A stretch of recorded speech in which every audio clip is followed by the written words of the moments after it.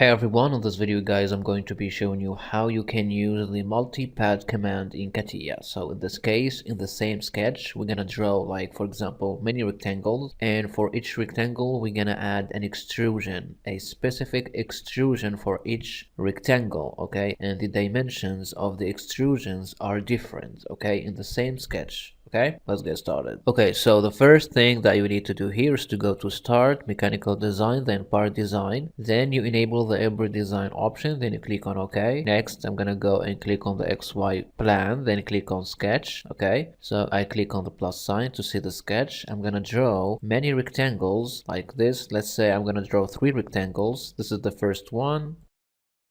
This is the second one, and this is the third one. Okay, then I'm gonna exit the workbench. Okay, so in this case, the same sketch, I'm gonna add an extrusion, a specific extrusion for each rectangle separately. And to do this, you need to go and click on the multi-pad command. Okay, then you click on the sketch. So for the first rectangle, I'm gonna add an extrusion of, let's say, 50 millimeter. For the second one, I'm gonna add an extrusion of 20 millimeter. And for the third one, I'm gonna add an extrusion of, let's say, 75 millimeter. Then I'm gonna click on OK. So as you can see here on the screen, in the same sketch, this is how you can create many extrusions with different dimensions. Okay, thank you guys for watching, and do not forget to hit that subscribe button to catch you next time on the Solving Engineer channel. Thanks for watching.